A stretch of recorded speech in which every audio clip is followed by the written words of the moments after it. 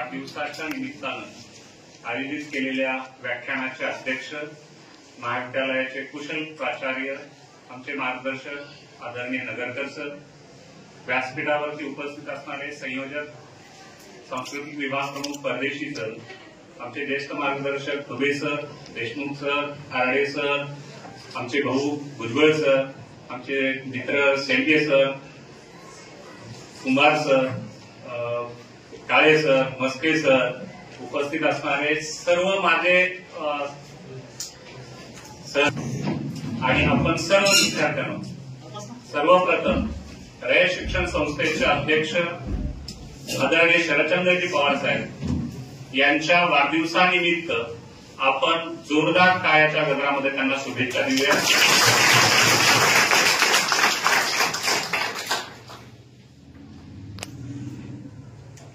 सांस्कृतिक विभागाचे प्रमुख परदेशी सर यांनी माझा परिचय करून दिला आणि मी राज्यशास्त्राचा प्राध्यापक आहे हे त्यांनी स्पष्ट सांगितलेलं आहे आणि त्यामुळे साहजिकच या विषयामध्ये पवार साहेबांबद्दल बोलत असताना मी राज्यशास्त्राचा अभ्यासक या नात्यानं बोलला आहे.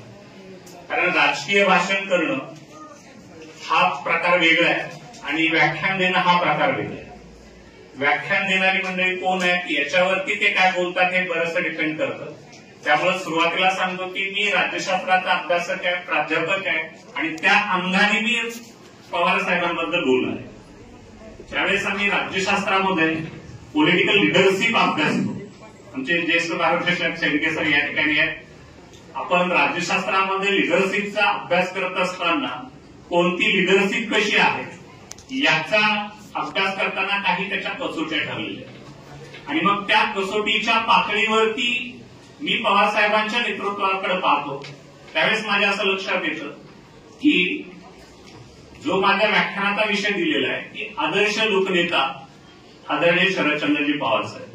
तर पॉलिटिकल लिडरशिपच्या अनुषंगानं आदर्श असणारं व्यक्तिमत्व हे कसं आहे तर त्याचा विचार करत असताना पॉलिटिकल लिडरशिपमध्ये पहिला जो मुद्दा येतो तो म्हणजे त्याची आयडिओलॉजी काय आहे, राजकीय विचारसरणी काय आहे.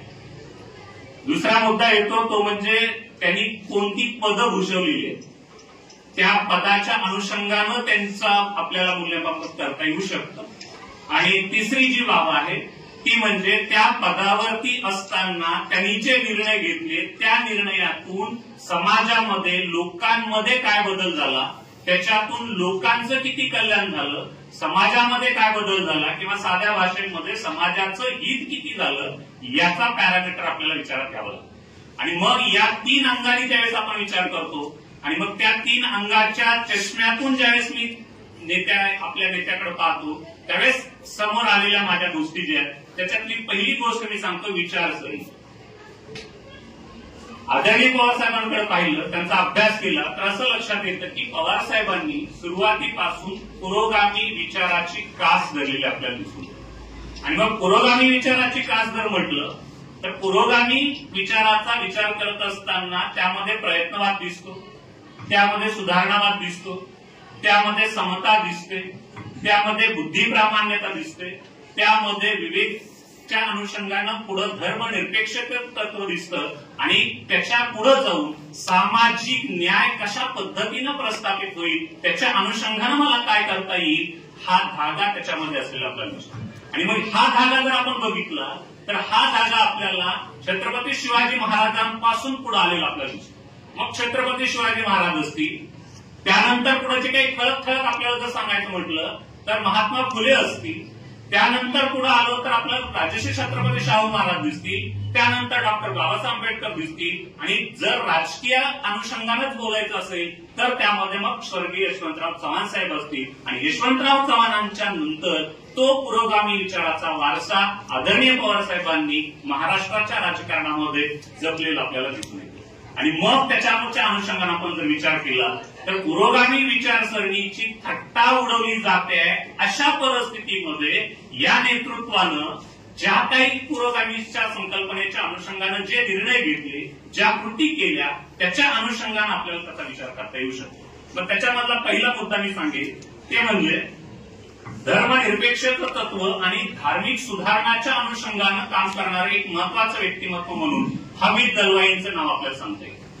हमीद दलवाई हे मुस्लिम समाज सुधारक होते, ज्या समाज सुधारकांनी इस्लाम धर्मामध्ये असणाऱ्या सनातनी रूढी प्रथा परंपरांना विरोध करून त्या मुस्लिम समाजाला आधुनिकतेकडे घेऊन जाण्याचा प्रयत्न केला, त्याच्यामध्ये हमीद दलवाईंचं नाव आघाडीवर आहे.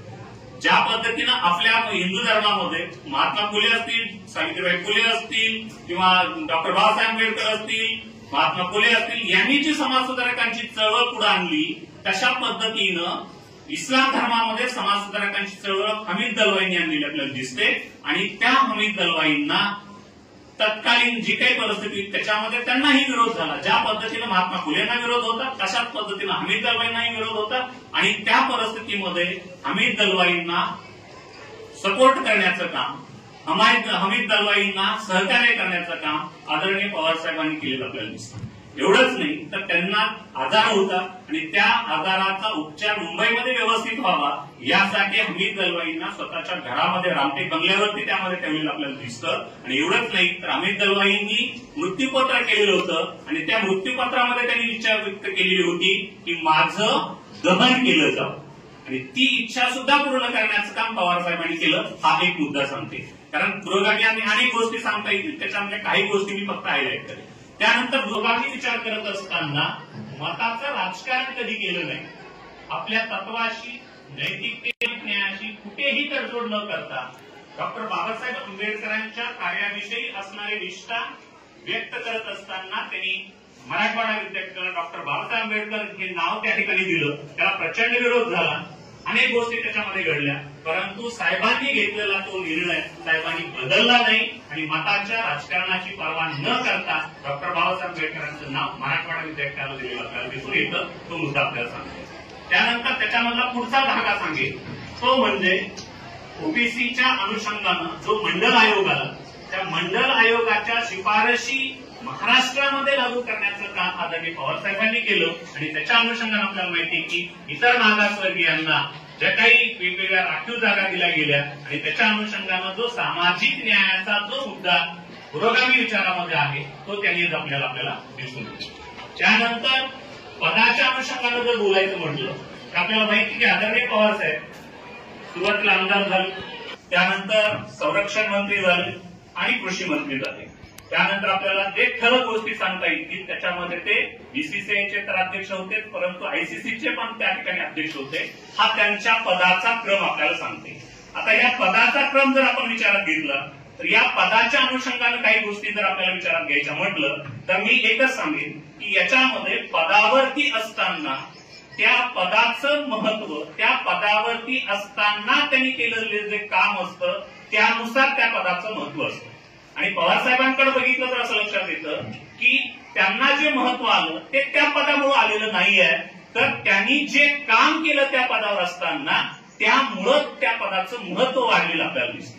आणि मग त्या प्रत्येक ठिकाणी त्यांनी ज्या पदावरती त्यांनी काम केलं त्या पदावरती त्यांनी एक काय म्हणतो कॉन्क्रीट पद्धतीचं काम प्रत्येक पदावरती असताना त्यांनी केलेलं आपल्याला दिसतं. आणि मग त्या कामाचा जर आपण आढावा घ्यायचा म्हटलं तर मग आपल्याला असं लक्षात येईल की त्याची विभागणी वेगवेगळ्या पद्धतीने आपल्याला करता येऊ शकते. त्यावेळेस परदेशी सरांचा फोन आला मला आणि मग मी विचारलं त्यांना की सर काय बोलू आता त्याच्यावरती, कारण पवार साहेबांवरती बोलायचं म्हटलं तर अनेक विषय त्याच्यामध्ये येतात.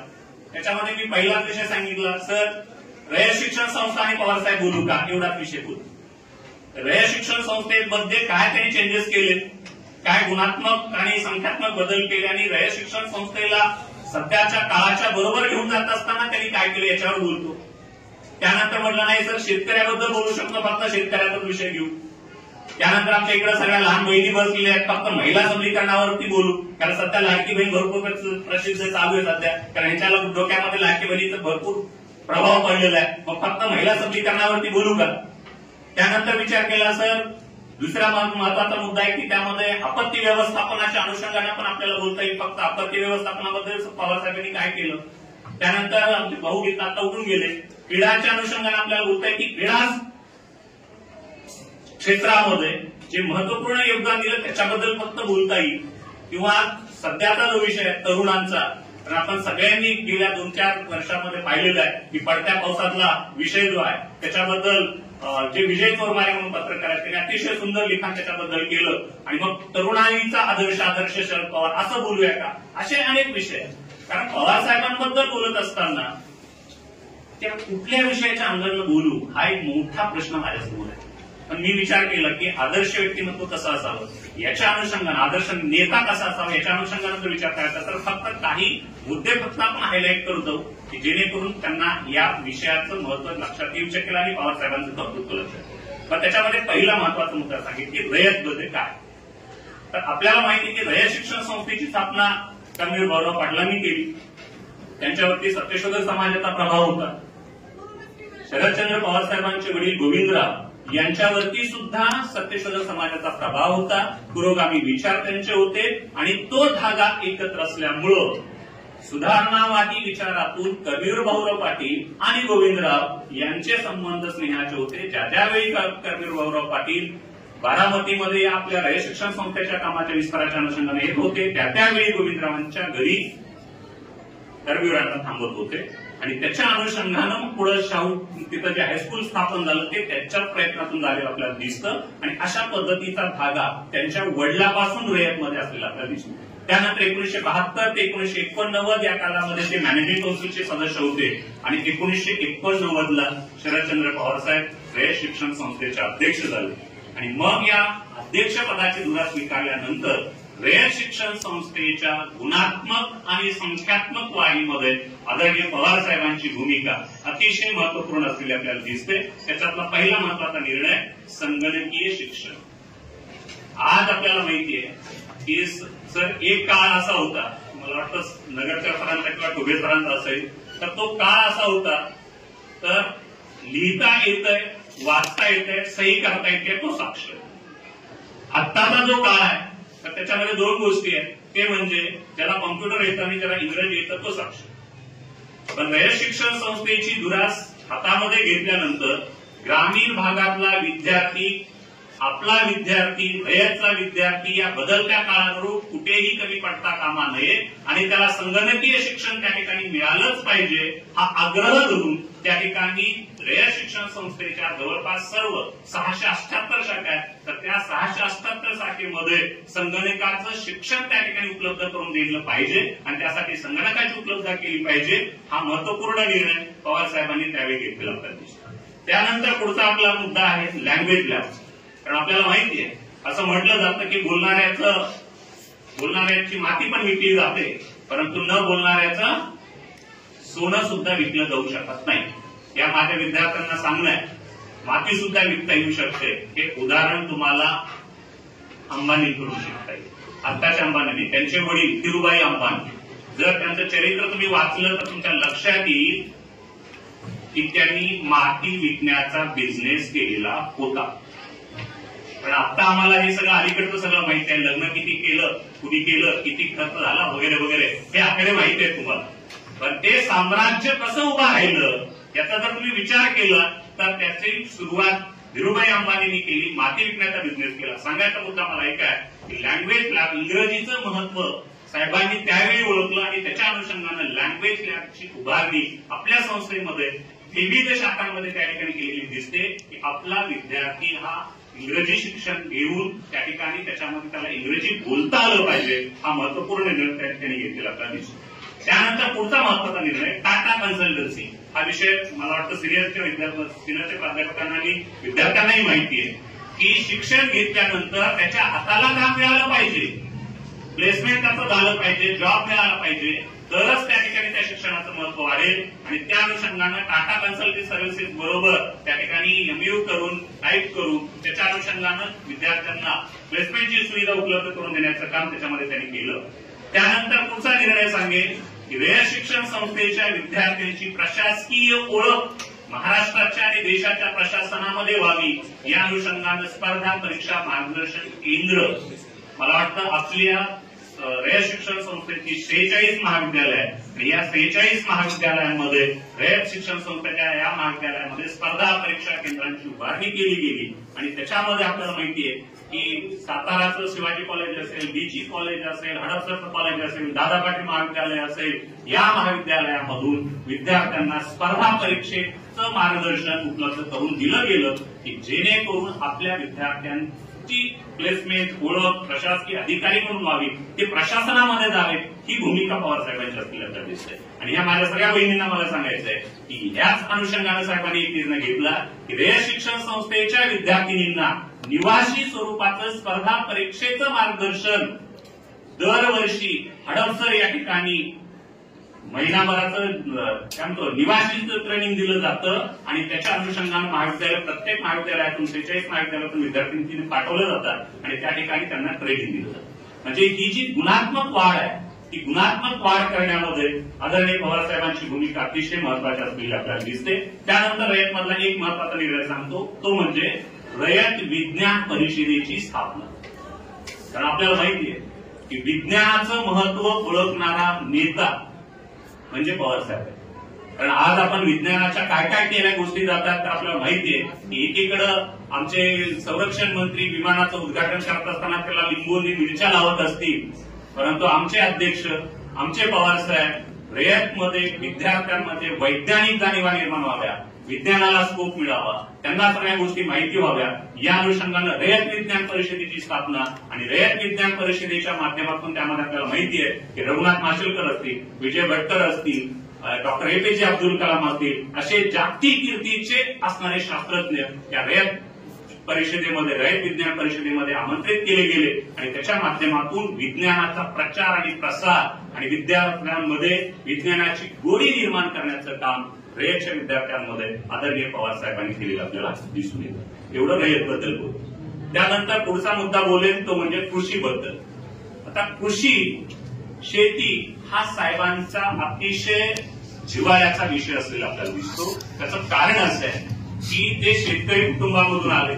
दुसरी महत्वाची गोष्ट आहे की विद्यार्थी दशेमध्ये असतानाच त्यांनी शेती जवळून अभ्यासली. एवढंच नाही तर शेतीमध्ये त्यांच्या स्वतःच्या शेतीमध्ये पिकणारा जो भाजीपाला असेल, फळं असतील वगैरे ज्या काही गोष्टी असतील ते आठवडी बाजारामध्ये विकण्याचं काम सुद्धा त्यांनी विद्यार्थी दशेमध्ये केलेलं होतं. आणि त्या अनुषंगानं शिक्षण, कृषी याचा मेळ घालत असताना आदरणीय पवारसाहेबांनी घेतलेले कृषी संदर्भातले महत्वाचे निर्णय मी फक्त सांगतो. त्याच्यामध्ये पहिला महत्वाचा जो काही त्यांचा निर्णय होता तो म्हणजे सिंचनाचा. आता आपल्याला सर्वांना माहिती आहे, आपण सगळे ग्रामीण भागातले आहोत, शेती जर शाश्वत करायची असेल तर पहिली महत्वाची गोष्ट शेतीसाठी आवश्यक आहे ती म्हणजे पाणी पाहिजे.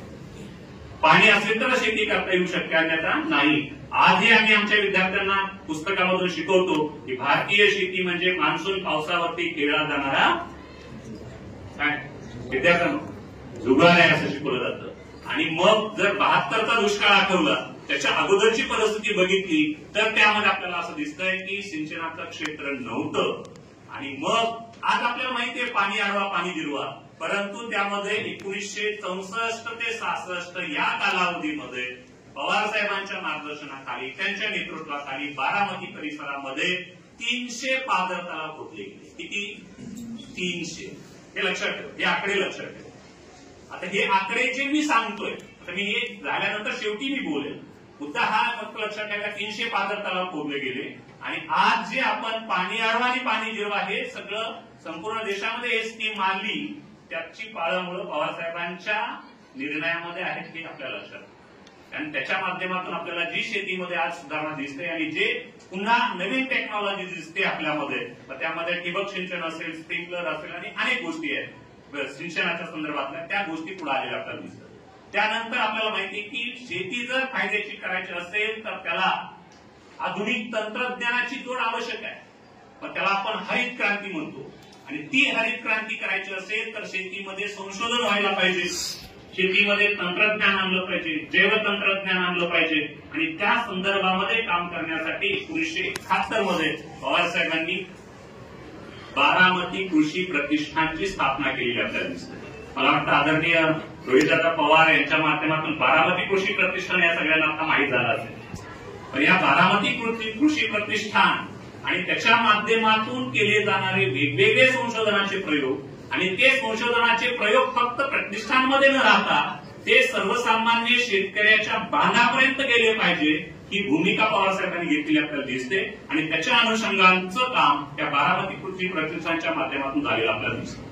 त्यानंतर शेतीच्या संदर्भामध्ये शेती फायद्याची व्हायची असेल तर शेतीला पूरक उद्योग असले पाहिजे, जोड उद्योग असले पाहिजे आणि मग त्या अनुषंगानं दुग्ध व्यवसाय असेल, कुक्कुटपालन असेल, त्यामध्ये शेळी मेंढी पालन असेल, मधुमक्षिका पालन असेल, मत्स्यपालन असेल, असे कृषी पूरक उद्योग उभारण्याची भूमिका पवारसाहेबांनी स्वीकारलेली आपल्याला दिसते. माझ्या बहुसंख्य विद्यार्थ्यांना माहिती आहे की आज घरामध्ये किंवा शेतामध्ये दारामध्ये प्रत्येकाच्या जवळपास संकरित गाय दिसते, जर्सी गाय आहे का नाही, आहे का नाही, का झोपली सगळे आहेत ना जागे, हा आहे जागे, जर्सी गाय दिसते. घर तिथं संकरित गाय ही संकल्पना पवारसाहेबांनी बारामतीमध्ये पहिल्यांदा राबवली आणि त्यानंतर महाराष्ट्रामध्ये ते आलेले आपल्याला दिसते. म्हणजे आपल्याला माहिती आहे आज मला सर अभिमान वाटतो माझ्या गावाचा, माझ्या गावामध्ये 3 दूध डेअरी आहेत आणि गावची दिवाळी फक्त आणि फक्त त्या दुधाच्या बोनसवरती होते का, तरी घरामध्ये जवळपास सरासरी एक तरी गाय असलेली आपल्याला दिसते. त्याच्यातून दुधाचं उत्पादन मोठ्या प्रमाणामध्ये वाढलेलं दिसतं आणि ही जी धवल क्रांती आहे त्या धवल क्रांतीची सुरुवात पवारसाहेबांच्या नेतृत्वाखाली झालेली आपल्याला दिसते. त्यानंतर आपल्याला पुढचा एक मुद्दा त्याच्यामध्ये सांगेल, कृषी सेवा केंद्र तुम्ही पाहताय आज जवळपास प्रत्येक गावामध्ये कृषी सेवा केंद्र आलेलं आहे आणि त्या कृषी केंद्राच्या माध्यमातून आपल्याला कृषीमध्ये जे सगळे बी बियाणं आहेत, खतं आहेत ते उपलब्ध होतात आणि आज परिस्थिती अशी झालेली आहे की त्या कृषी केंद्रामध्ये गेल्याशिवाय शेतीच होऊ शकत नाही अशी परिस्थिती आहे. तर या कृषी सेवा केंद्राची निर्मिती करण्यासाठी कृषी पदवीधारकांना सहमती देणं, त्यांना पाठिंबा देणं हा निर्णय सुद्धा पवारसाहेबांचा असलेला आपल्याला दिसतो. त्यानंतर पुढे सांगेल की एक काळ असा होता की फळं हा जो विषय आहे आहाराच्या मूल्याच्या अनुषंगाने आपल्या सर्वांना त्याबद्दल माहिती आहे, तर हा विषय असा होता की फक्त आजारी पडलेल्या पेशंटलाच फळं घेऊन जात होते. पण आज जी फळाची उपलब्धता एवढी वाढलेली आहे की जर समजा मी कर्जत करमाळा रोडवरती जरी गेलो तर कमीत कमी 2-4 ठिकाणी तरी फळं विकायला बसलेली माणसं दिसतात आणि आपल्या आहारामध्ये मोठ्या प्रमाणामध्ये फळाचा वापर झालेला आपल्याला दिसतो. म्हणजे ही फळाची उपलब्धता मोठ्या प्रमाणामध्ये जी आली ती म्हणजे पवारसाहेबांनी जो फळबाग विकासाचा कार्यक्रम हाती घेतला आणि त्या कार्यक्रमाला रोजगार हमी कायद्याची जोड दिली आणि त्याच्यातून फळाची लागवड मोठ्या प्रमाणामध्ये झालेली आपल्याला दिसते. आणि मग पुढे जाऊन ही फळं फक्त निर्माण होऊन उपयोगाचं नाहीये, त्याला योग्य पद्धतीचा बाजारभाव मिळाला पाहिजे आणि तो योग्य बाजारभाव मिळवण्यासाठी वेगवेगळ्या फळाच्या वेगवेगळ्या संघटना त्याच्यामध्ये स्थापन केल्या आणि त्याच्यामधलं जर द्राक्ष पीक आहे, द्राक्षाचा महाग्रेप नावाचा जो ब्रँड आहे ना तो ब्रँड आज जागतिक बाजारपेठेमध्ये मारतो. मग त्यामध्ये चिक्कूचा असेल, बोराचा असेल, आंबा असेल, असे वेगवेगळे संघ त्या ठिकाणी स्थापन झालेले आहेत आणि त्या माध्यमातून त्या संघांच्या माध्यमातून त्या शेतकऱ्याच्या फळाला योग्य बाजारभाव मिळाला पाहिजे ही भूमिका पवारसाहेबांनी निभावलेली आपल्याला दिसते. त्यानंतर ज्यावेळेस पवारसाहेब कृषी मंत्री होते राज्यामध्ये आणि केंद्रामध्ये नंतर आणि त्या कालावधीचा जर आपण विचार केला तर अशी परिस्थिती होती की भारताला अन्नधान्याची आयात करावी लागते. पवारसाहेबांनी कृषी क्षेत्रामध्ये जी हरित क्रांती त्याला आपण म्हणतो की दुसरी हरित क्रांती घडवून आणली, त्याच्यातून भारत हा आयात करणारा देश राहिला नाही तर भारत हा निर्यात करणारा देश झाला.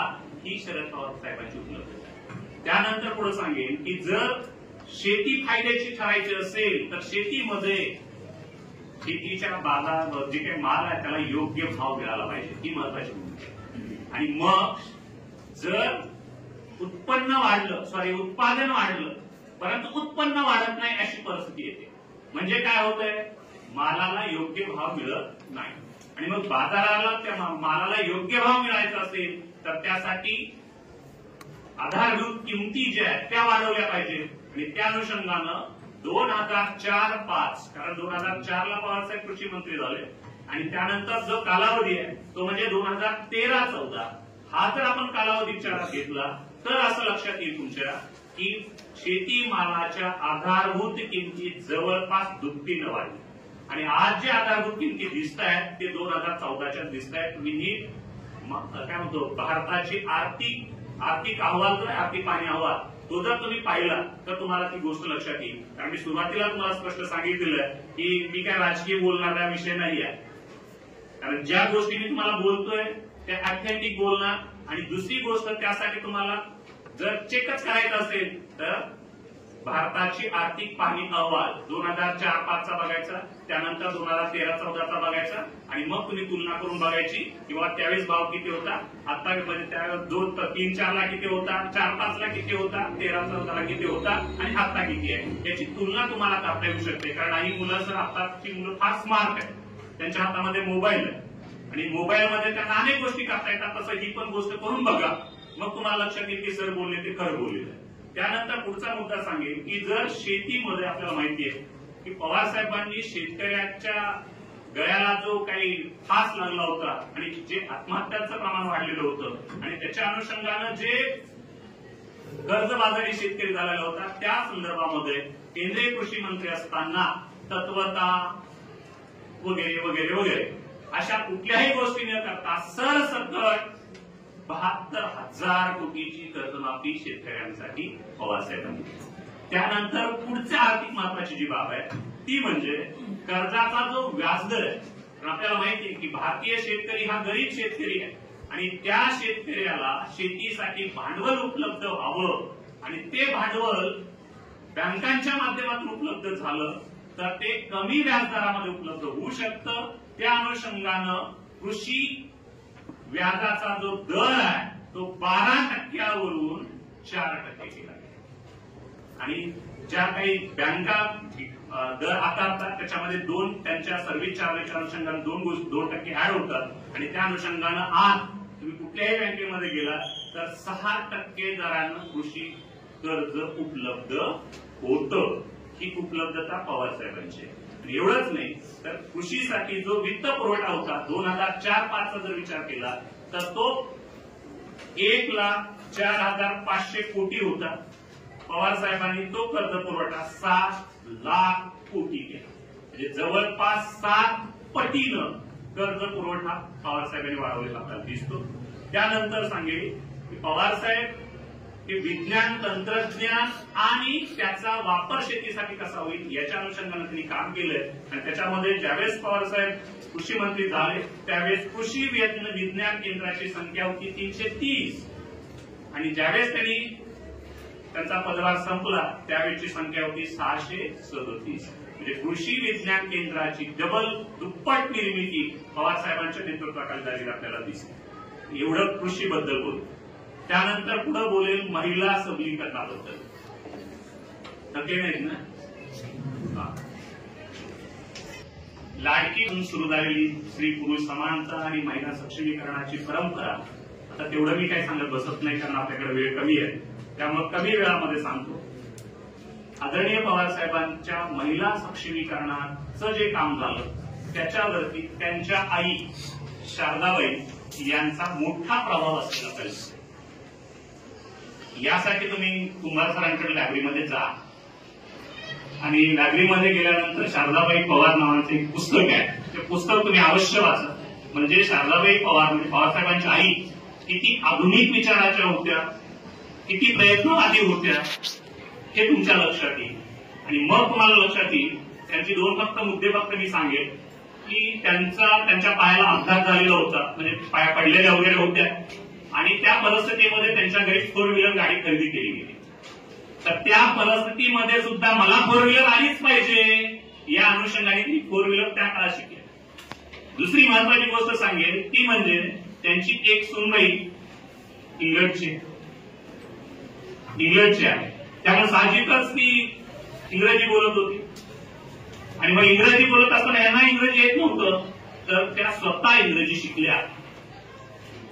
माझ्या बहिणींना आठवत असेल इंग्लिश आठवलं का नाही पिक्चर श्रीदेवीचा, आठवलं का नाही? हा, इंग्लिश पिक्चर मध्ये काय हो, इंग्रजी बोलता नाही आलं, समजलं नाही तर आपली मुलं सुद्धा आपला अपमान करू शकतात, करणार हे ठरलेलं. पण ती परिस्थिती त्यावेळेस त्यांच्याकडे आली आणि त्या पद्धतीमधल्या परिस्थितीमध्ये शारदाबाई इंग्रजी सुद्धा शिकल्या. शरद पवार साहेबांचा जन्म झाल्यानंतर 5व्या दिवशी शारदाबाई पुणे लोकल बोर्डाच्या मीटिंगला हजर राहिल्या त्या बाळाला घेऊन. म्हणजे राजकारणाचं बाळकडू जे आहे ते पवार साहेबांना 5व्या दिवशी पासून माहीत आहे असं म्हटलं तर ते काही चुकीचं ठरणार नाही. मुद्दा हा आहे की एवढाच मुद्दा शारदाबाईंचा प्रभाव आहे. त्यानंतर मी पुढे बोले की पवार साहेबांकडे पाहिलं तर ते फक्त विचार मांडतात असं नाहीये, त्या विचाराला अनुसरून स्वतः पहिल्यांदा त्यांनी कृती केलेली आहे. त्याच्यातलं पहिलं उदाहरण की पवार साहेबांनी कोणत्याही स्वरूपाचा हुंडा न घेता आमदार असताना सुद्धा, आमदार जर होते त्यावेळेस त्यांनी हुंडा न घेता लग्न केलं. दुसरा मुद्दा, ज्या काळामध्ये वंशाचा दिवा फक्त मुलगाच असू शकतो आणि 8-10 अपत्य असायला पाहिजेत वगैरे तो काळ होता. त्या काळामध्ये पवार साहेबांनी निर्णय घेतला की मला एकच अपत्य असेल. मग ते काही का असेना हे ठरलं अगोदरच लग्न झाल्यानंतर. कारण आता लग्न झाल्यानंतर आपल्या प्रतिभाताई काकी आणि पवार साहेबांचा निर्णय होता की एकच अपत्य होईल आणि त्यानुसार एकच अपत्य झाल्यानंतर पवार साहेबांचा आदर्श मी सांगतोय की त्यांनी स्वतःच कुटुंब नियोजनाचं ऑपरेशन स्वतःच केलेलं, पत्नीचं केलेलं नाही, हेही तुम्ही लक्षात घ्या. आणि त्या अनुषंगानं पवार साहेबांनी कुटुंब नियोजनाचं ऑपरेशन करून स्त्री पुरुष समानता आणि लोकसंख्या वाढीवरचं नियंत्रण याच्या संदर्भातलं काम पवार साहेबांनी स्वतःपासून सुरुवात केली आपल्याला दिसतं. स्त्रियांच्या संदर्भामध्ये पवार साहेबांची जी भूमिका आहे ती अशी आहे की स्त्रियांना जर संधी मिळाली तर त्या कोणत्याही क्षेत्रामध्ये आपलं अस्तित्व, आपल्या कामाचा ठसा, आपलं कर्तृत्व त्या गाजवू शकतात. ही भूमिका पवार साहेबांची असलेली आपल्याला दिसते. आणि ज्या क्षेत्रामध्ये आजपर्यंत महिला नव्हत्या ते म्हणजे संरक्षणाचं क्षेत्र. कारण आजही आमच्याकडे स्त्रीला अबला मानलं जातं. कारण स्त्रीच्या संदर्भामध्ये बोलत असताना पहिली महत्वाची गोष्ट असते मी कसं करू नाहीये. आणि त्याच भूमिकेतून ज्यावेळेस पवार साहेब परदेशी दौऱ्यावर संरक्षण मंत्री झाले, संरक्षण मंत्री असताना परदेशी दौऱ्यावर गेले आणि परदेशी दौऱ्यामध्ये गेल्यानंतर त्यांच्या लक्षात आलं की परदेशामध्ये वेगवेगळ्या महिला कमांडोज त्यांचं सॅल्यूट देऊन स्वागत करतायत. आणि भारतामध्ये आल्यानंतर त्यांनी निर्णय घेतला की आपल्या संरक्षण दलामध्ये महिला का नाही. आणि त्यानुसार त्यांनी निर्णय घेतला की संरक्षण दलामध्ये 11% आरक्षण पवार साहेबांनी दिले. मग आज आपल्याला दिसतंय की हवाई दल असेल, नाविक दल असेल, भूदल असेल, या ठिकाणी तुम्हाला महिला अधिकारी असलेल्या दिसतील. ही पवार साहेबांची भूमिका आहे. त्यानंतर आपल्याला सांगता येईल 93ला ते मुख्यमंत्री झाले. 93ला मुख्यमंत्री झाल्यानंतर राज्य महिला आयोगाची स्थापना केली गेली. आज राज्य महिला आयोगाचे अध्यक्ष कोण आहेत सांगता येईल तुम्हाला? कोण आहे? चाकणकर आहेत. तर राज्य महिला आयोगाचं जे काम आहे महिलांचा विकास, महिलांवरती अन्याय अत्याचार झाला असेल तर त्यांना न्याय मिळवून देणं, या राज्य महिला आयोगाची स्थापना पवार साहेबांनी केलेली आपल्याला दिसेल. त्यानंतर राज्य सरकारचा कारभार करत असताना स्वतंत्र महिला व बाल कल्याण खातं नव्हतं. पवार साहेबांनी महिला व बाल कल्याण खातं स्वतंत्र त्या ठिकाणी निर्माण केलं. आणि विशेष करून सांगायचं म्हणजे पहिलं महिला धोरण पवार साहेबांनी देशामध्ये महाराष्ट्रामध्ये राबवलेलं आपल्याला दिसतं. त्यानंतर महिला या प्रशासकीय भूमिका सुद्धा चांगल्या पद्धतीनं बजावू शकतात. या अनुषंगानं राज्य सरकारमध्ये 30% आरक्षण त्या ठिकाणी ठेवलं गेलं. मग आज आपल्याला दिसेल की महाराष्ट्र सरकारच्या ज्या ज्या सेवा आहेत त्या सर्व सेवांमध्ये महिला तुम्हाला दिसतील. मग पोलीस दल असेल, तहसीलदार असतील, डेप्युटी कलेक्टर असतील, ही जी काही सगळी पदं आहेत, मंत्रालय असेल, तर या सर्व ठिकाणी आज तुम्हाला 30% महिला आरक्षण असल्यामुळं महिला सहभागी झालेल्या आपल्याला दिसतील. हा निर्णय सुद्धा पवार साहेबांचा. त्यानंतर आपल्याला सांगता येईल की देशामध्ये लोकशाहीचं विकेंद्रीकरण करण्याच्या अनुषंगानं 73वी घटना दुरुस्ती आणि 74वी घटना दुरुस्ती झाली. आणि त्या 73व्या आणि 74व्या घटना दुरुस्तीच्या अनुषंगानं स्थानिक स्वराज्य संस्था म्हणजे त्यामध्ये ग्रामीण असेल तर ग्रामपंचायत, पंचायत समिती, जिल्हा परिषद आणि शहरीमध्ये नगरपालिका, नगरपंचायत आणि महानगरपालिका यामध्ये महिलांना आरक्षण देण्याचा निर्णय घेतला गेला आणि त्या घटना दुरुस्तीची अंमलबजावणी देशामध्ये पहिलं राज्य जे आहे ते आहे महाराष्ट्र आणि त्यावेळेस मुख्यमंत्री होते पवार साहेब आणि त्या अनुषंगानं महिलांना राजकारणामध्ये स्थान देणं, त्याच्या अनुषंगानं आज जर तुम्ही आकडेवारी काढली तर आज आपल्याला माहिती आहे की 2011 मध्ये बदल झाला, 33% वरून 50% त्या ठिकाणी आरक्षण आलं आणि या स्थानिक स्वराज्य संस्थांमध्ये निम्म्या संख्येनं आज महिला असलेल्या आपल्याला दिसतील। या ज्या सगळ्या बहिणी बसलेल्या आहेत, भविष्यामध्ये सांगता येत नाही, यांची इच्छा असली किंवा नसली तरी पण निम्म्या संख्येनं कोण या सरपंच झालेले असतील, नगरसेविका झालेल्या असतील, नगराध्यक्ष असतील, महापौर झालेल्या असतील, नगरसेविका असतील, हे सगळं जे झालेलं आहे ते पवार साहेबांच्या निर्णयातून झालेलं आपल्याला दिसतं। त्यानंतर आपल्याला माहिती की स्थानिक स्वराज्य संस्थेमधली महत्वाची जी काही बॉडी आहे ती कुठली आहे? जिल्हा परिषद। कुठली आहे? जिल्हा परिषद। आणि त्या जिल्हा परिषदेमध्ये एक महत्वाची नवी एक समिती आहे, ती नवीन समितीची निर्मिती पवार साहेबांच्या निर्णयातून झाली, ती म्हणजे महिला व बाल कल्याण समिती। तर ती महिला बाल कल्याण समिती जी आहे ती महिला बाल कल्याण समिती महिलांचं सशक्तीकरण कसं करता येईल, महिलांच्या असणाऱ्या अडीअडचणी कशा सोडवता येतील, महिलांना रोजगाराभिमुख कसं करता येऊ शकेल, या अनुषंगानं काम करणारी जिल्हा पातळीवरची ती यंत्रणा आहे आणि ती यंत्रणा पवार साहेबांच्या नेतृत्वाखाली निर्माण झालेली आपल्याला दिसेल। त्यानंतर आजही आम्हाला माहिती आहे की आमच्या कुटुंबामध्ये संपत्तीमध्ये असणारा जो वाटा आहे तो कुणाला मिळतो? इकडे विचारतो, कुणाला मिळतो? तुमच्या भावाला मिळणार, लग्न झाल्यानंतर तुम्ही दिल्या घरी सुखी राहणार, वडिलांच्या संपत्तीमध्ये तुम्हाला वाटा मिळतो का?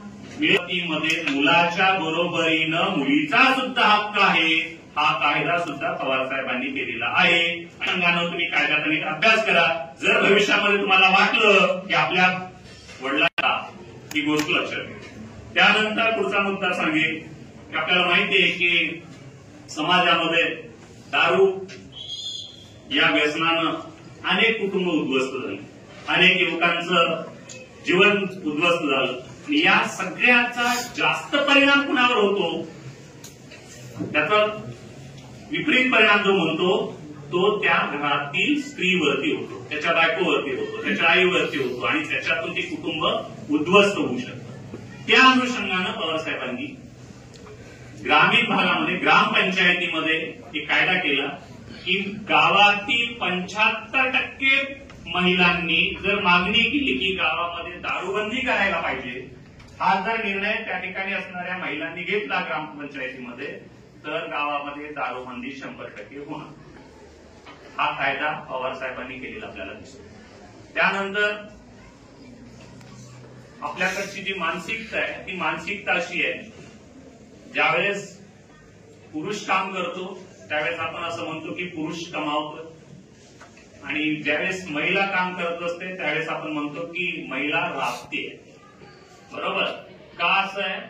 तर स्त्रियांच्या श्रमाचं मूल्य पैशामध्ये मोजलं जात नाही आणि त्या अनुषंगानं महिलांचं आर्थिकदृष्ट्या सक्षमीकरण करण्याच्या अनुषंगानं महिला बचत गटाची चळवळ सुप्रियाताई सुळे यांच्या नेतृत्वाखाली सुरू झाली आणि त्या यशस्विनी अभियान म्हणून त्याला ओळखलं जातं आणि त्या यशस्विनी अभियानाच्या माध्यमातून त्यावेळेस ते सत्तेवरती नव्हते, त्या अनुषंगाने यशवंतराव चव्हाण प्रतिष्ठानच्या माध्यमातून तो कार्यक्रम सुरुवातीला राबवला गेला आणि त्याच्यातून महिला बचत गटांची चळवळ महाराष्ट्रभर मोठ्या प्रमाणामध्ये सुरू झालेली आपल्याला दिसते आणि त्या महिला बचत गटाच्या माध्यमातून आता बऱ्याच जणांना माहीत पण असेल महिला बचत गट कमी व्याजदरामध्ये त्यांना भांडवलाची उपलब्धता करून दिली आणि त्याच्या पुढे जाऊन त्यांचे जे रोजगार तयार झाले त्या रोजगाराला मार्केटिंग उपलब्ध करून देण्यासाठी सुद्धा वेगवेगळे काय म्हणतो ते सेलचे जे काही गोष्टी आहेत त्याही पवारसाहेबांच्या माध्यमातून त्या ठिकाणी उपलब्ध करून दिलेल्या आपल्याला दिसून येतील आणि त्या पद्धतीनं महिला बचत गटाच्या अनुषंगानं महिलांना आर्थिकदृष्ट्या सक्षम करण्याचं काम पवार साहेबांच्या नेतृत्वानं केलेलं आपल्याला दिसतं। आमचे भाऊ इथं बसलेले भाऊ माझ्याकडे बघायला गेले, त्यामुळे मला सगळ्यांना माहिती आहे. मला वाटतं कुस्तीचं जे काही ग्लॅमर आहे ते कर्जतमध्ये आणि दादा पाटीलमध्ये 100%. पण हे ग्लॅमर पवार साहेबांच्या नेतृत्वाखाली संपूर्ण देशात नाही तर जगापर्यंत गेले. त्यानंतर क्रिकेट सगळ्यांनाच माहिती की नाही. क्रिकेटच्या संदर्भामध्ये गेल्या 1 महिनाभरापूर्वीची बातमी आहे. ती बातमी वाचून मला फार आनंद झाला आणि मग मनातल्या मध्ये असणाऱ्या त्या खेळाडूचं नाव मी विसरलो. पश्चिम बंगालमध्ये असणाऱ्या एका कुटुंबातला मुलगा, सर्वसामान्य कुटुंबातला मुलगा, ज्या मुलाच्या क्रिकेटच्या आवडीसाठी त्या वडिलांना स्वतःचं घर विकावं लागलं, जमीन विकावी लागली आणि तो मुलगा आयपीएल मध्ये त्याला जे काही त्याची जे काही बोली लागली 1,10,00,000 रुपयाची बोली. 16 वर्षाचा सूर्यवंशी वय. हे श्रेय पवार साहेब. कारण आयपीएलची जी सुरुवात झाली हे आपल्याला माहिती आहे, आयपीएल होते, पण सुरुवात कुणी केली, कसं काय आलं याचा शोध आम्ही घेण्याचा प्रयत्न केला नाहीये, ही लक्षात घ्या. त्यानंतर आपल्याला हे माहिती आहे कबड्डी माहितीये. कबड्डीमध्ये जे आज तुम्हाला त्याच्या संदर्भामध्ये जे प्रो कबड्डी लीग असा एक प्रकार आहे आणि त्याचे सामने आज टीव्हीवर पण येत आहेत. ती सुरुवात कुणी केली? पवार साहेबांनीच केली. आता तुम्ही म्हणाल सर तुम्ही खरं सांगताय का खोटं एक वाक्य पण बोलणार नाहीये. याच्या संदर्भामध्ये तुम्ही वाचा, नेटवर जावा, सर्च करा. गुगल चांगला आहे. आता ते काय दुसरं आणखी काय तर आहे ना, ते ChatGPT आहे, मेटा AI आहे, सगळं सर्च करा. तुम्ही कुठं सुरुवात झालं, काय झालेलं वगैरे वगैरे, मग तुमच्या लक्षात येईल की या माणसानं त्या क्षेत्रामध्ये काय योगदान दिले. मग कुस्तीच्या बाबतीमध्ये सांगायचं आपल्याला माहिती आहे की आपल्याकडे जी कुस्ती पारंपरिक केली जात होती ती मातीतली कुस्ती होती. हिला जर जागतिक व्यासपीठावरती घेऊन जायचं असेल आणि आपले मल्ल जागतिक स्पर्धेमध्ये टिकायचे असतील तर ती मॅटवरती आणली पाहिजे, हा निर्णय सुद्धा पवार साहेबांचा. आणि त्या अनुषंगानं पवार साहेबांनी महत्वपूर्ण भूमिका त्या ठिकाणी निभावली. आणि त्या संदर्भामध्ये सांगतो की या खेळाडूंचं वय, ठराविक वय संपल्यानंतर करिअरचं काय, तर या अनुषंगानं सरकारी नोकरीमध्ये खेळाडूंना 5% आरक्षण आहे.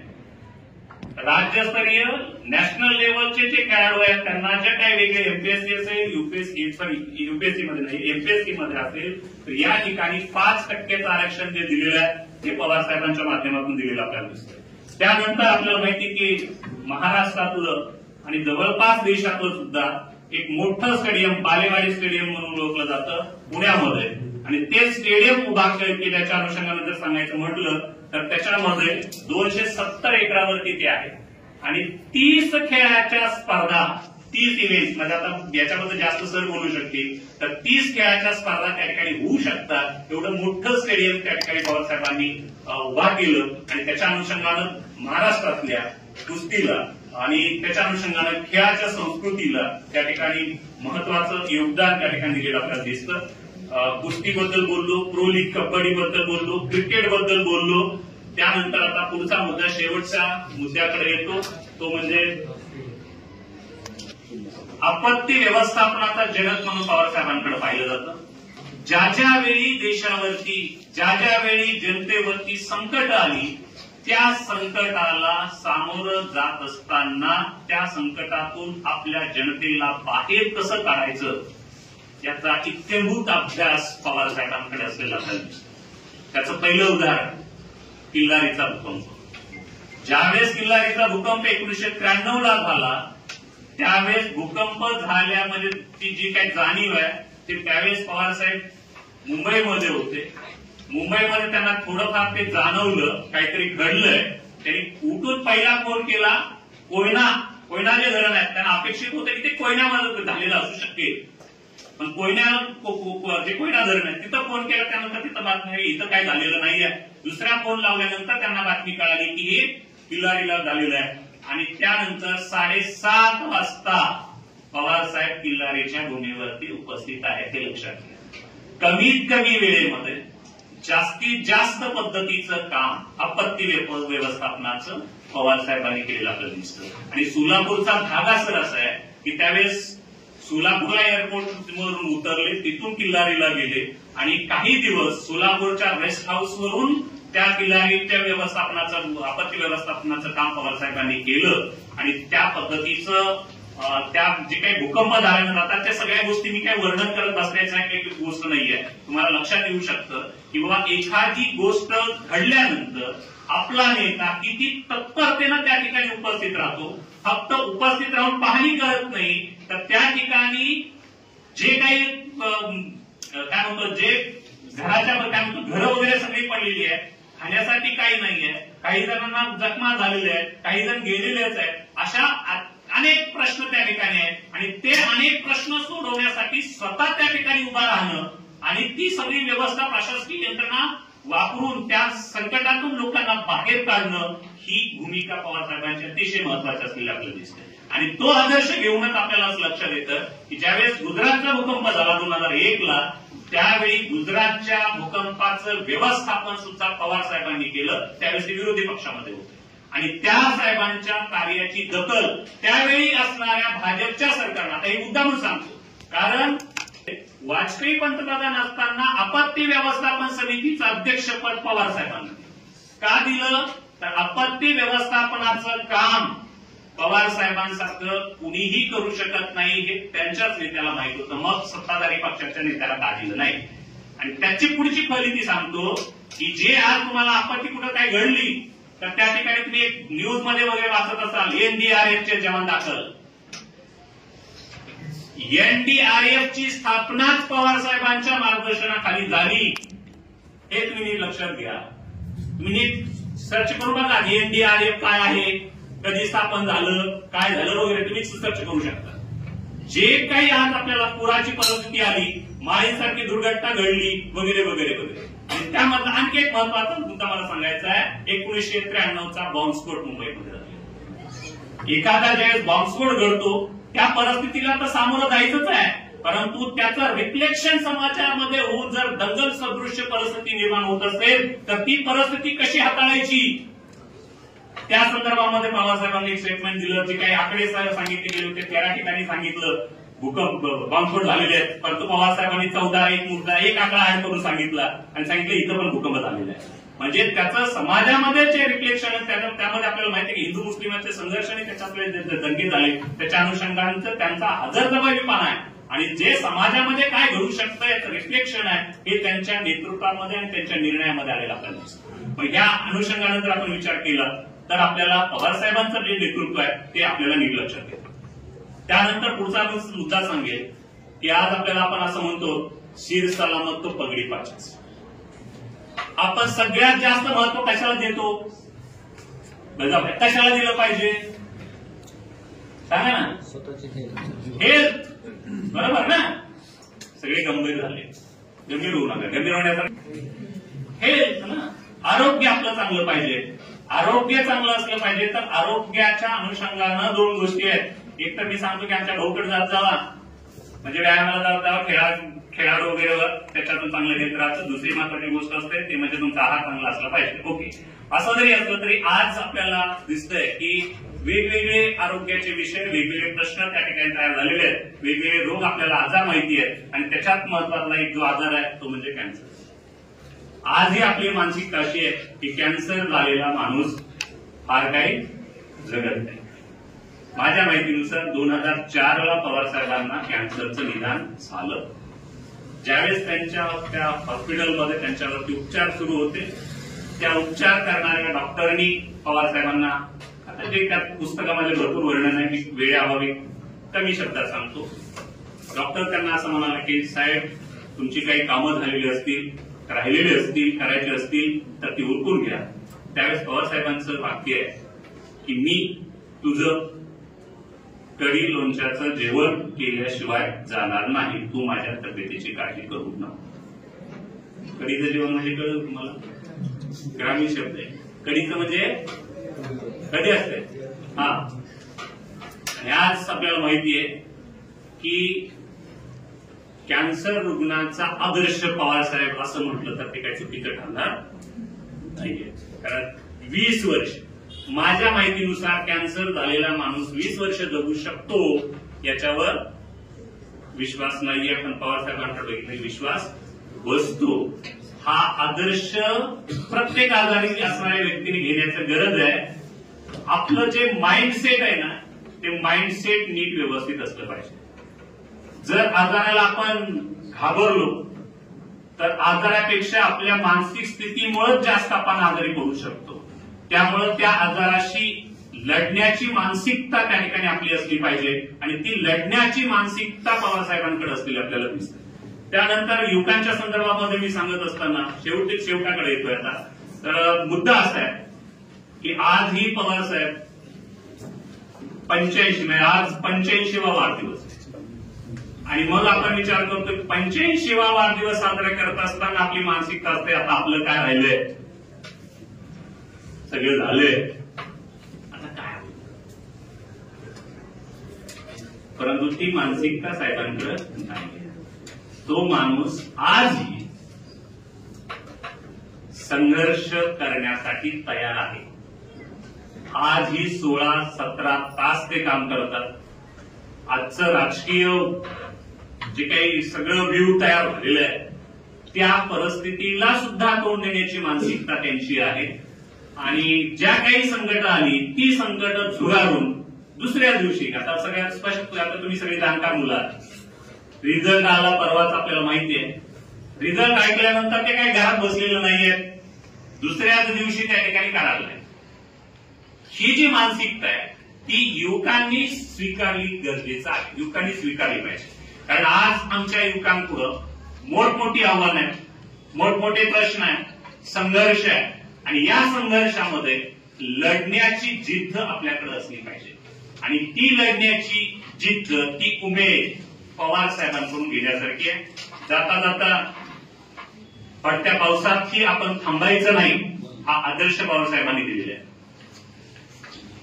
आदरणीय नेगरकर सर मराठीचे बरोबर ना, तिकडं बरोबर ना, तर एक सिनियर नाही त्यामुळे माहिती आहे. तर सरांना संत साहित्याचा अभ्यास आहे. संत साहित्यामध्ये संत तुकाराम हे माझे जास्त आवडते संत आहेत, वारकरी संप्रदायामधले. आणि त्यांचं एक अभंग आहे, ते असं म्हणतात, सत्य असत्याशी मन केले बाई, मानले नाही बहुमता. आजच्या परिस्थितीमध्ये मताचं गोळागिरीच करणं, बहुमताकडे वाटचाल करणं, ती वाटचाल करत असताना कोणताही विधिनिषेध न पाळणं, कोणतेही नैतिकता न जपणं, घटनात्मक चौकटीला छेद देणं आणि सत्ता मिळवणं हे राजकारण होत असताना नैतिकता, संविधानातली मूल्य जपून मताचं राजकारण न करता लोककल्याणकारी विकासाभिमुख राजकारण करणारं नेतृत्व म्हणजे शरदचंद्र पवार साहेब. आणि अशा या नेत्याला त्यांच्या 85व्या वाढदिवसानिमित्त आपणा सर्वांच्या वतीनं मी हार्दिक शुभेच्छा देतो. साहेब, आपण शतायुषी व्हा. महाराष्ट्राला तुमची गरज आहे, किंबहुना देशाला तुमची गरज आहे. कारण आजचं जे राजकारण सुरू आहे त्या राजकारणातलं जे काही सध्या सगळ्या गोष्टी आहेत त्या भारतीय लोकशाहीला, भारतीय समाजाच्या हिताला, लोककल्याणकाला बाधा ठरणारे आहेत. आणि त्यामुळं तुमचं कर्तृत्व, तुमचं कार्य हे त्या ठिकाणी फार महत्वाचं आहे. कारण पवारसाहेबांनी जे काम केलं, जी पदं भूषवली आणि त्या पदाच्या माध्यमातून जे काम केलं, त्यातून जे सुरुवातीला मी म्हणालो की त्या पदावरती राहून त्यांनी काम केल्यामुळं त्या पदांचं महत्व वाढलं. त्यांच्या कर्तृत्वामुळं देशातील असणाऱ्या सर्वोच्च पदांनाही खुजं त्यांनी बनवलं. एवढं कर्तृत्व त्यांनी केलं आणि त्याच्या माध्यमातून आजही तुमची देशाला गरज आहे असं मला वाटतं. महाविद्यालयानं मला या ठिकाणी बोलवलं, माझा आदर सत्कार केला, याबद्दल तर मी आनंदी आहेच. परंतु परदेश सर, नगरकर सर, यामध्ये मी जास्त आनंदी यासाठी आहे की पवार साहेबांचा जो अभ्यास आहे तो मी या महाविद्यालयामध्ये राहून केला. ज्यावेळेस मी 2013ला या महाविद्यालयामध्ये रुजू झालो, अनुषंगानं मला पवार साहेबांचा सर्व अभ्यास करता आला.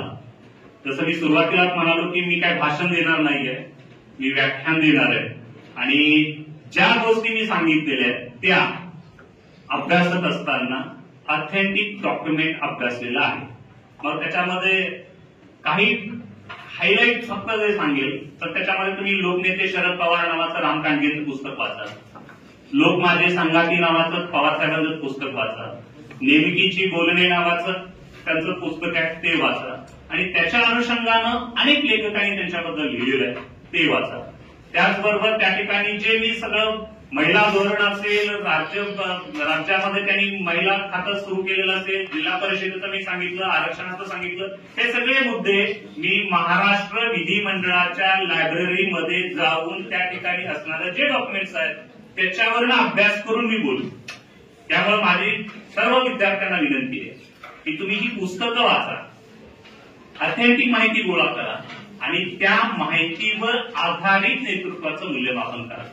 कारण मी मगाशी जो शब्द वापरला, कारण आजची परिस्थिती जी आहे ती परिस्थिती फेकू असणारी दृष्टी आपल्याकडे असली पाहिजे आणि ती दृष्टी देण्याचं काम शिक्षण करतं आणि ते महाविद्यालय करत असतं आणि त्या पद्धतीची दृष्टी तुमच्याकडे येईल अशी अपेक्षा या ठिकाणी व्यक्त करतो. मला या ठिकाणी बोलवलं त्याबद्दल सर्वांचं मनपूर्वक आभार मानतो आणि मी माझ्या वाणीला पूर्णविराम देतो. जय हिंद, जय कर्नाटक.